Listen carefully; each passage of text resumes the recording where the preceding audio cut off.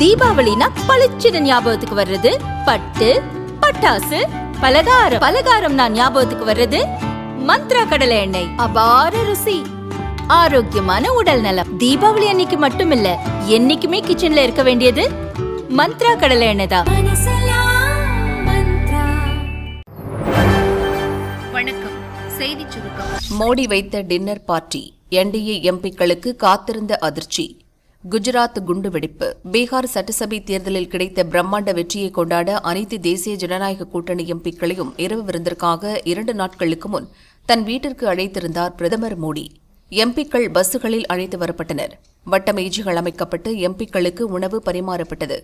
எம்பிக்கள் இருக்கும் இடத்திற்கே சென்று 1.5 மணி நேரம் அவர்களுடன் செலவிட்டாராம் மோடி. உங்களுடைய தாய்மொழி குஜராத்தி, அப்படி இருக்க எப்படி பிரமாதமாக ஹிந்தி பேசுகிறீர்கள் என ஒரு எம்பி கேட்டாராம். குஜராத்தின் மேசானா ரயில் நிலையத்தில் பணியாற்றிய போது அங்கு ஹிந்தி பேசத் தெரிந்த ஆடு மாடு மேய்ப்பவர்களுடன் தொடர்பில் இருந்தேன். அவர்களிடமிருந்து ஹிந்தி கற்றுக்கொண்டேன் என மோடி தெரிவித்துள்ளார்.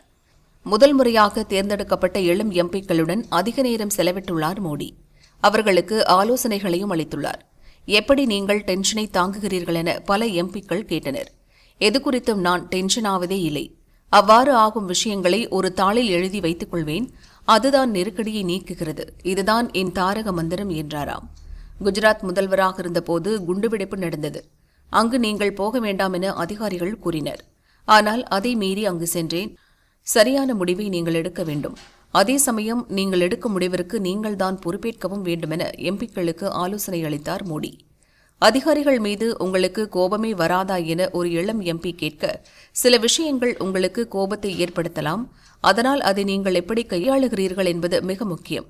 அதிகாரிகளிடம் நான் கோபித்துக் கொண்டதே இல்லை. கோபம் வந்தால் அது எந்த விஷயத்திற்காக வந்தது என ஒரு தாளில் எழுதி வைத்துக் கொள்வேன். இந்த செயல்தான் என் கோபத்தை குறைக்க உதவுகிறது என்றாராம். இப்படித்தான் எப்போதுமே உற்சாகமாக பணியாற்றுகிறேன் என எம்பிக்களிடம் கூறிய மோடி, ஒரு நாளில் வெறும் 3.5 மணி நேரம்தான் தூங்குகிறேன் என கூறி அனைவரையும் அதிர்ச்சியில் ஆழ்த்தியுள்ளார். வங்கதேசத்தில் ISI ரகசிய தள இந்தியாவை சிதைக்க பாகிஸ்தான் மாஸ்டர் பிளான். உளவுத்துறை பகீர். பாகிஸ்தானில் லஷ்கர் இ தொய்பா, ஜெய்ஷ்-இ முகமது உட்பட பல்வேறு தடை செய்யப்பட்ட பயங்கரவாத அமைப்புகள் செயல்பட்டு வருகின்றன. அந்த அமைப்புகளுக்கு அந்நாட்டு ராணுவம் மற்றும் உளவு அமைப்பான ISI உதவி வருகின்றன. அவர்களின் ஆதரவுடன் பயங்கரவாதிகள் நம் நாட்டுக்குள் சட்டவிரோதமாக நுழைவது பாதுகாப்பு படையினரால் தடுத்து நிறுத்தப்பட்டு வருகிறது. தீவிர நடவடிக்கை காரணமாக ஜம்மு காஷ்மீர் எல்லை வழியாக அவர்கள் ஊடுருவதை தடுக்க தீவிர நடவடிக்கைகள் எடுக்கப்பட்டுள்ளன.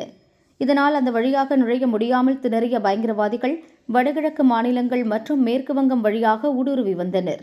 அங்கும் கட்டுப்பாடுகள் விதிக்கப்பட்டதால் பாகிஸ்தான் ஆதரவு பயங்கரவாதிகள் இந்தியாவுக்கு நுழைவது கேள்விக்குறியானது.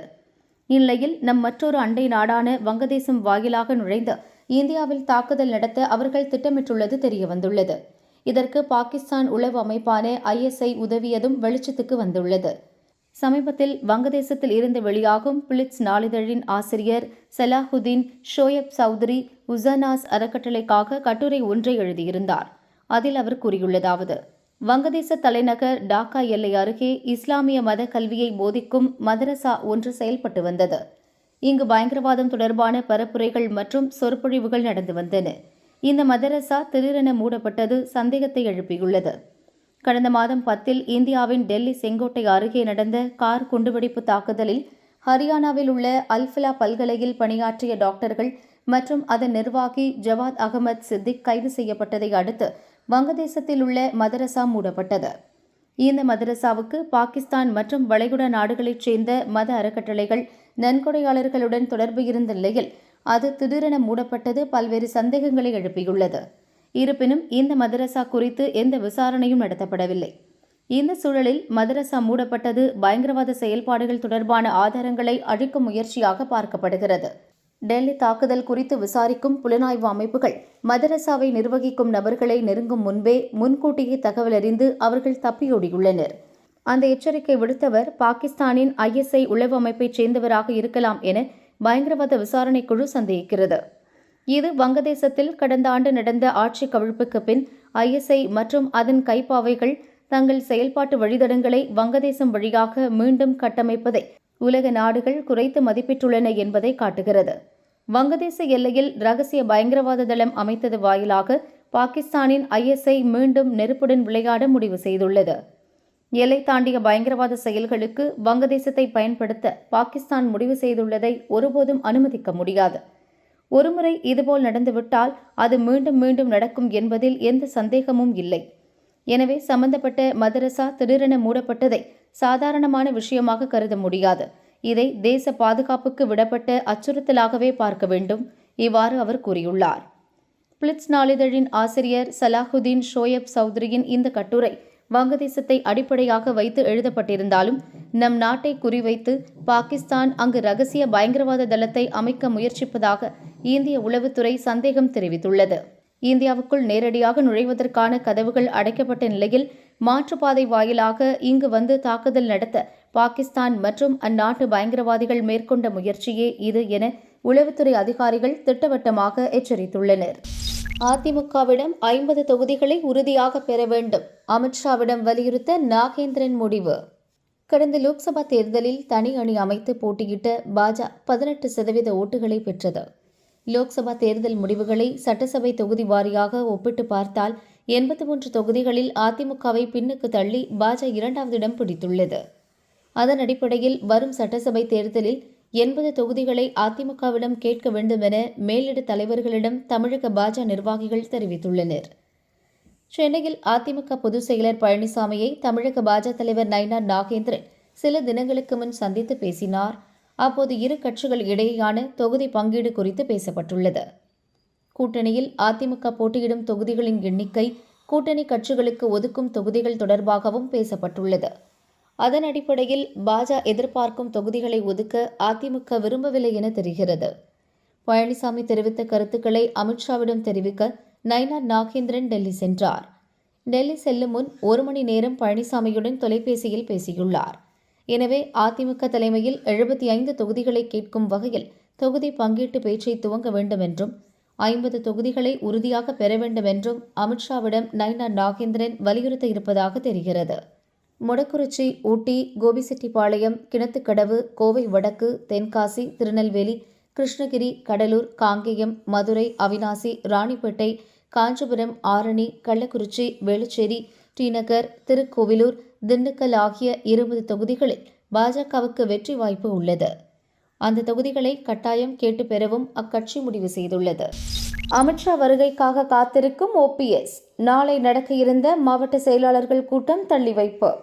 அதிமுக தொண்டர்கள் உரிமை மீட்புக் குழு எனும் பெயரில் தனது ஆதரவாளர்களுடன் இணைந்து முன்னாள் முதல்வர் பன்னீர்செல்வம் தனி அணியாக செயல்பட்டு வருகிறார். கடந்த லோக்சபா தேர்தலில் பாஜக கூட்டணியில் இருந்த பன்னீர்செல்வம் தற்பொழுது அதிமுகவுடன் பாஜக கூட்டணி அமைத்ததால் வெளியேறினார். இருப்பினும் கூட்டணிக்குள் மீண்டும் பன்னீர்செல்வத்தை கொண்டுவரும் முயற்சியில் பாஜக ஈடுபட்டுள்ளதாகவும் பழனிசாமி முட்டுக்கட்டை போடுவதாகவும் கூறப்படுகிறது. இந்நிலையில் அதிமுக தொண்டர்கள் உரிமை மீட்புக் குழு மாவட்ட செயலர்கள் கூட்டம் கடந்த மாதம் 24ஆம் தேதி சென்னையில் நடந்தது. அதில் பேசிய பன்னீர்செல்வம், டிசம்பர் 15ஆம் தேதி மாவட்ட செயலர்கள் கூட்டம் நடத்தப்படும், அதில் முக்கிய முடிவை எடுக்க உள்ளோம் என்றார். அதன்பின் கடந்த 3இல் டெல்லியில் மத்திய உள்துறை அமைச்சர் அமித்ஷாவை அவரது இல்லத்தில் பன்னீர்செல்வம் சந்தித்தார். அப்போது அதிமுகவில் பிரிந்துள்ள சக்திகளை ஒன்று சேர்க்க வேண்டும் என வலியுறுத்தினார். அதற்கு பொறுமையாக இருங்கள், பழனிசாமியிடம் நான் பேசுகிறேன் என அமித்ஷா அறிவுரை கூறியதாக தெரிகிறது. இதனால் பன்னீர்செல்வம் அறிவித்தபடி அவரது அணியின் மாவட்ட செயலர்கள் கூட்டம் நாளை நடக்குமா என்ற கேள்வி எழுந்துள்ளது. ஏனெனில் அன்றைய தினம் அமித்ஷா சென்னை வர உள்ளதாக தகவல் வெளியாகியுள்ளது. அவர் வருவதால் அன்று நடக்கவிருந்த மாவட்ட செயலர்கள் கூட்டத்தை வரும் 22ஆம் தேதிக்கு பன்னீர்செல்வம் தள்ளி வைத்துள்ளதாக கூறப்படுகிறது. பாஜக அடித்த எச்சரிக்கை மணி. Pinarayi Vijayan shock reaction. நினைத்தது ஒன்று, நடந்தது வேறு. கேரளாவில் 941 ஊராட்சிகள், 87 நகராட்சிகள், 6 மாநகராட்சிகளுக்கு தேர்தல் நடந்தது. இந்த உள்ளாட்சி தேர்தல் முடிவுகள் ஆளும் LDF கூட்டணியின் கனவில் மண்ணள்ளி போட்டுள்ளது. பெரும்பாலான இடங்களில் காங்கிரஸ் தலைமையிலான ஐக்கிய ஜனநாயக முன்னணி வெற்றி பெற்றது. எதிர்பாராத திருப்பமாக திருவனந்தபுரம் மாநகராட்சி மற்றும் பாலக்காடு திரிபுனித்துரா நகராட்சிகளை பாஜக கைப்பற்றி வரலாற்று வெற்றியை பதிவு செய்துள்ளது.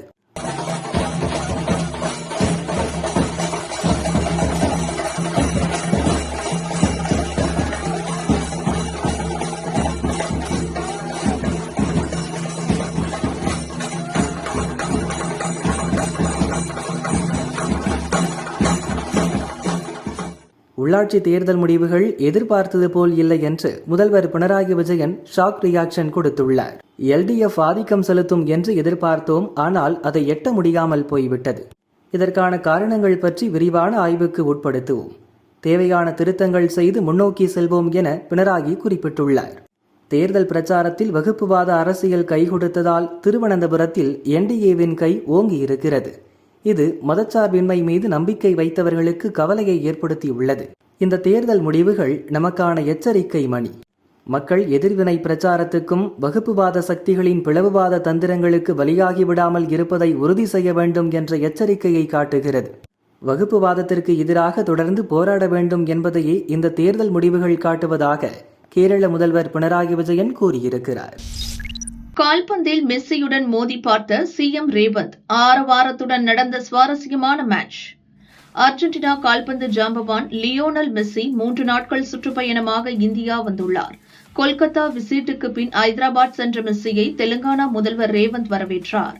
உப்பலில் உள்ள ராஜீவ்காந்தி சர்வதேச மைதானத்தில் ஏற்பாடு செய்யப்பட்ட நிகழ்ச்சியில் மெஸ்ஸி மற்றும் அவரது அணியைச் சேர்ந்த லூயிஸ் சுவாரஸ், ரோட்ரிகோ ஆகியோர் கலந்து கொண்டனர்.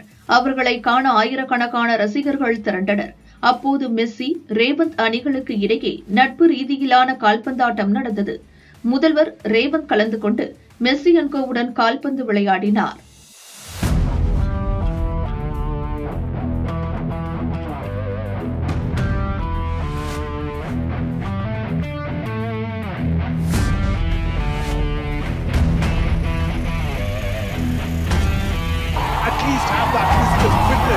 இந்த நிகழ்ச்சியை பார்க்க காங்கிரஸ் MP ராகுல் ஐதராபாத் வந்திருந்தார். அவர் மெஸ்ஸி மற்றும் அவரது அணி வீரர்களை சந்தித்து பேசினார்.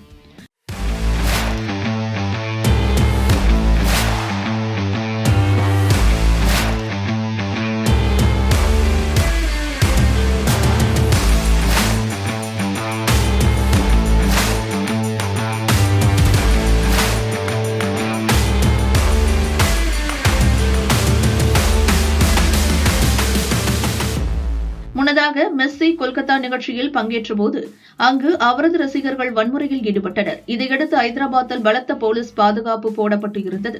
மெஸ்ஸி இன்று மும்பையின் பிரபோன் மைதானத்தில் ரசிகர்களை சந்திக்கிறார். இதில் சச்சின் டெண்டுல்கர், ஷாருக் கான் ஆகியோர் கலந்து கொள்வதாக தெரிகிறது. நாளை டெல்லியில் இந்திய கிரிக்கெட் வீரர்களை மெஸ்ஸி சந்திக்க உள்ளார். மத்திய தகவல் ஆணையராக ராஜ்குமார் கோயல் நியமனம். மத்திய தகவல் ஆணையராக ஓய்வு பெற்ற IAS அதிகாரி ராஜ்குமார் கோயல் நியமிக்கப்பட்டுள்ளார். மத்திய தகவல் ஆணையராக இருந்த ஹீராலால் சமாரியாவின் பதவிக்காலம் செப்டம்பர் 13 முடிவடைந்தது.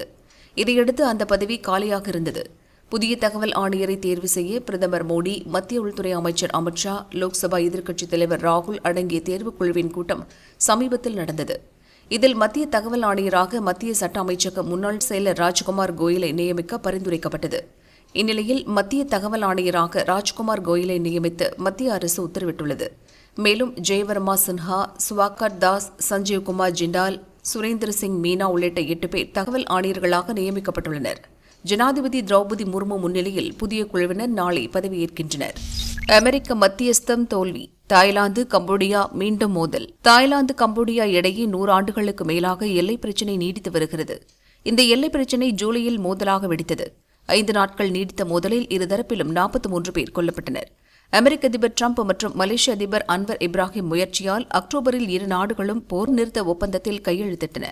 2 மாதங்களாக சண்டை நிறுத்தம் அமலில் இருந்த நிலையில் கடந்த 7ஆம் தேதி நடந்த மோதலில் தாய்லாந்து ராணுவ வீரர் ஒருவர் கொல்லப்பட்டதால் மீண்டும் 2 நாடுகளுக்கிடையே சண்டை துவங்கியது. ஒரு வாரமாக மோதல் நீடிக்கும் நிலையில் இருதரப்பிலும் 25க்கும் மேற்பட்டோர் இறந்துள்ளனர். எல்லையோரம் கிராமங்களில் வசிக்கும் 100கணக்கானோர் பாதுகாப்பான பகுதிகளுக்கு இடம்பெயர்ந்தனர். இந்நிலையில் நேற்று முன்தினம் தாய்லாந்து பிரதமர் ஆனுடின் சார்ன் மற்றும் கம்போடிய பிரதமர் ஹன் மானட்டிடம் தொலைபேசி வாயிலாக பேசியதாகவும் அப்போது இருவரும் போர் நிறுத்தத்திற்கு சம்மதம் தெரிவித்தனர் என்றும் அமெரிக்க அதிபர் டிரம்ப் கூறினார். ஆனால் நேற்று காலை 2 நாட்டு எல்லைகளிலும் தீவிர சண்டை நடந்தது. தாய்லாந்து வான்வழி தாக்குதல் நடத்தியதாகவும் கம்போடியா BM-21 ராக்கெட்டுகளை ஏவியதாகவும் மாறி மாறி குற்றம் சாட்டுகின்றன.